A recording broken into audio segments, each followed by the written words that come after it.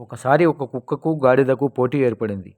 ఎవరైతే వేగంగా పరిగెత్తి ముందుగా లక్ష్యాన్ని చేరుకుంటారో వారే రాజ్య సింహాసనం మీద కూర్చుని పరిపాలన చేస్తారు. పోటీ ప్రారంభమైంది. కుక్క సంతోషంగా ఉంది. నేనైతే చాలా వేగంగా పరిగెడతాను. ఇందులో పోటీ పడాల్సిన పనేముంది? గాడిదను నేను అవలీలగా ఓడిస్తాను. రెండూ పరిగెడుతున్నాయి. కానీ ఆ కుక్కకేం తెలుసు, ప్రతి వీధి కూడలిలో ఇతర కుక్కలు కనబడతాయి.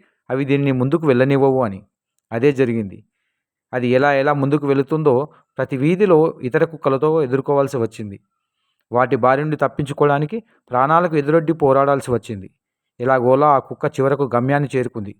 కానీ చూస్తే అప్పటికే గాడిద సింహాసనం మీద కూర్చుని పరిపాలన చేస్తోంది.